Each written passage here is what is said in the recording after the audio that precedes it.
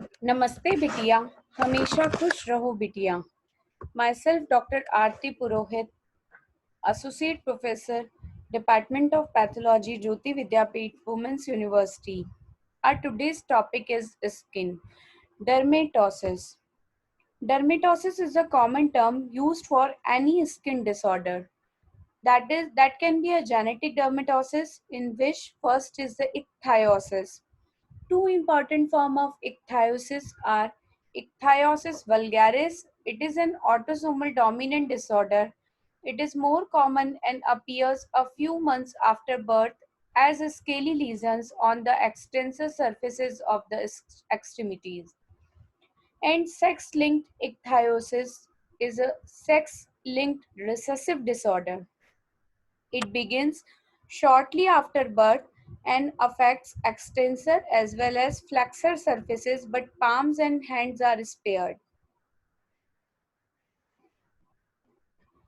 Second genetic dermatosis is the keratosis palmaris et plantaris. The condition occurs as both autosomal dominant and autosomal recessive form. It mainly affects the palms and sole as localized and diffuse lesions. Third is the xeroderma pigmentosum. It is an autosomal recessive disorder in which sun-exposed skin is more vulnerable to damage. The condition results from decreased ability to repair the sunlight-induced damage to DNA. Patients of xeroderma pigmentosum are more prone to develop various skin cancers like squamous cell carcinoma, basal cell carcinoma, and melanocarcinoma. Microscopic examination, the changes include hyperkeratosis, thinning, atrophy of stratum malpighi, chronic inflammatory cell infiltrate in the dermis, and irregular accumulation of melanin in the basal cell layer. Now, fourth one is the Dario's disease, that is keratosis follicularis. The condition is either transmitted an autosomal dominant disorder or as a mutation. In typical cases, there is extensive papular eruptions. Microscopic examinations show the characteristic changes are hyperkeratosis, papillomatosis, and dyskeratosis. Dyskeratosis result in the formation of corpus rods and grains, and there is appearance of suprabasal plaques containing acantholytic cells. The dermis often shows chronic inflammatory cell infiltrate. Fifth one is the urticaria pigmentosa. This may occur as congenital form or may appear without any family history in the adolescent. Clinically, the condition presents an extensive pigmented macule. Microscopic examination, the epidermis is normal except for an increase in melanin pigmentation in the basal cell layer. The characteristic feature is the presence of numerous mast cells in the dermis. Sixth is the ataxia telangiectasia, an autosomal recessive disorder. Ataxia appears in infancy, while telangiectasia appears in childhood. The lesions are located on the conjunctiva, cheek, ear, and neck. Microscopic examination show the papillary dermis shows numerous dilated blood vessels. The non-infectious inflammatory dermatosis. These are includes the dermatitis, that means eczema. The pathologic term dermatitis is synonymous with the clinical term eczema. Both refer to inflammatory response to a variety of agents acting on the skin from outside or from within the body, such as chemicals and drugs. Hypersensitivity to various antigen and haptens, etc. Accordingly, clinical types such as the contact dermatitis, atopic dermatitis, drug-induced dermatitis, photoeczematous dermatitis, and primary irritant dermatitis are described. However, irrespective of the clinical type of dermatitis, the histopathologic picture is similar. On microscopic examination, the dermatitis reaction may be acute, subacute, or chronic. In acute dermatitis is characterized by considerable spongiosis, intercellular edema that may lead to formation of intraepidermal vesicle or bullae. The vesicle and bullae as well as the edematous epidermis are permeated by acute inflammatory cells. Second is a subacute dermatitis. It may follow acute dermatitis, spongiosis, and vesicles are smaller than in acute dermatitis. The epidermis shows moderate acanthosis and varying degree of paracytosis in the horny layer with formation of surface crust containing degenerated leukocyte, bacteria, and fibrin. The dermis contains perivascular mononuclear infiltrate. The chronic dermatitis shows hyperkeratosis, parakeratosis, acanthosis with elongation of the rete ridges and broadened dermal papillae. The upper dermis shows perivascular chronic inflammatory infiltrate and fibrosis. Second is the urticaria. Urticaria or hive is the presence of transient recurrent pruritic wheals, that is raised erythematous area of edema. Hereditary angioneurotic edema is an uncommon variant of urticaria in which there is recurrent edema not only on the skin but also on the oral, laryngeal, gastrointestinal mucosa. On microscopic examination, there is dermal edema or perivascular mononuclear infiltrate. There is localized mast cell degranulation by sensitization with a specific Ig antibody but no increase in dermal mast cell. Third is a miliaria. Miliaria is a condition in which there is a cutaneous retention of sweat due to obstruction of sweat gland. They are of two types, milarias, crystallinia and rubra. In crystallinia, when there is obstruction of sweat gland within the stratum corneum, areas of the skin exposed to sun and may occur during a febrile illness. In rubra, there is obstruction of sweat gland within the deeper layer of epidermis. It is seen more often in the areas of the skin covered by clothes following profuse sweating and the lesions are itchy. Fourth is a paniculitis, erythema nodosum and erythema induratum. Paniculitis is inflammation of subcutaneous fat. Paniculitis may be acute or chronic. Generally, paniculitis appear as nodular region predominantly on the lower leg. The following type of paniculitis are described. First is the erythema nodosum, acute or chronic. It is common form and lesion consists of tender red nodule 1 to 5 centimeter diameter seen more often on anterior surface of the lower leg. And erythema induratum. It is less common variety. The lesions are chronic, painless, slightly tender, recurrent, and found on the calves of the lower leg.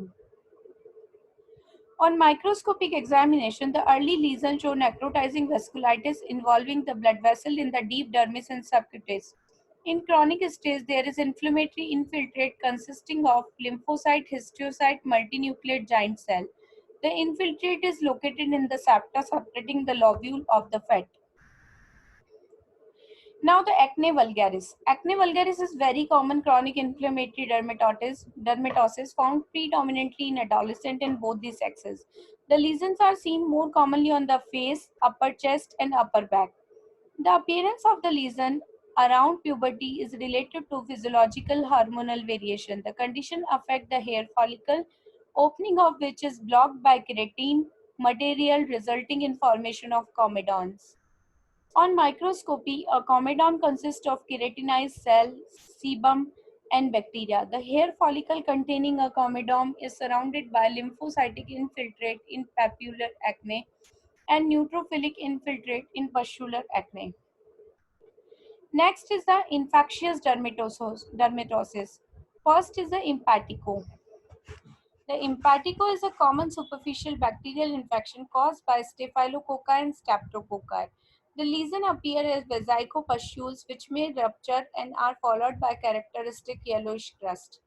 Microscopy show the characteristic feature is a subcorneal pustule which is collection of neutrophil under the stratum corneum. Often a few acantholytic cells and gram-positive bacteria are found within the pustule. The upper dermis contains severe inflammatory reaction composed of neutrophil and lymphoid cell. Now next is the verruca or warts. Verrucae or warts are common viral lesions of the skin. They are caused by human papilloma virus, which belong to papovavirus group. The type of DNA oncogenic virus. More than 100 HPV have been described, but it must be appreciated that various types of HPV produce not only different morphologic lesion but also variable oncogenic potential. Depending upon the clinical appearance and location, they are classified into different types.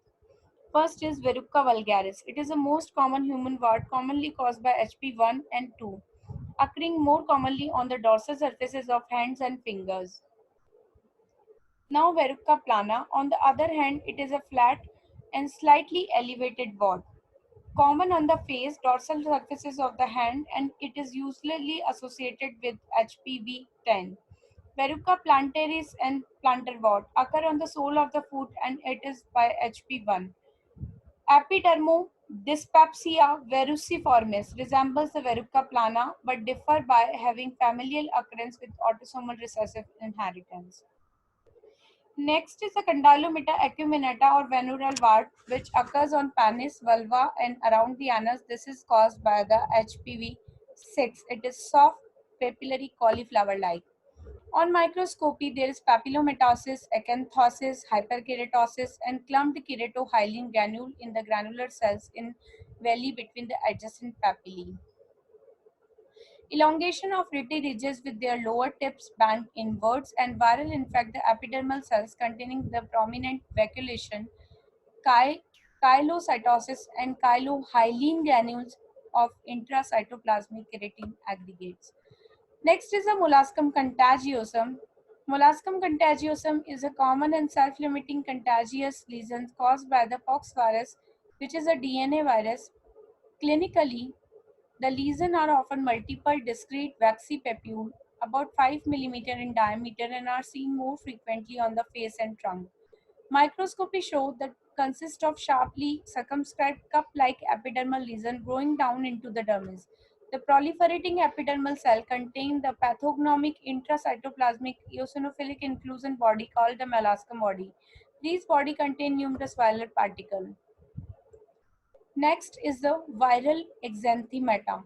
Viral exanthemata are a group of contagious conditions in which epidermal cells are destroyed by replicating virus causing eruption or rash. There are predominantly two groups of viruses which may cause exanthem. These are poxvirus and herpes group. Microscopy show viral exanthemata is a formation of intraepidermal vesicle or bully due to cytoplasmic cytopathic effects of virus. In early stage, there is proliferation of epidermal cell, formation of multinucleate giant cell. This is followed by intracellular edema, ballooning degeneration that progresses onto rupture of cells with eventual formation of vesicle or bully. Next is the superficial mycosis. Superficial fungal infection of the skin is localized to the stratum corneum. They include some of the common dermatophytes such as the Trichophytum rubrum and Petrosporum. Clinically, these fungal infections are labeled according to region involved. These are tinea capitis. If there is a scalp is involved, tinea barbi. If beard is involved, tinea corporis. If involving the body surfaces of all ages, tinea cruris in the groin region, tinea pedis in foot. Onychomycosis shows the disintegration of the nail substance, and tinea versicolor being caused by Malassezia furfur generally affect the upper trunk. This is my reference. I hope you enjoy this session. Please, if any query, mention it in comment box. Thank you.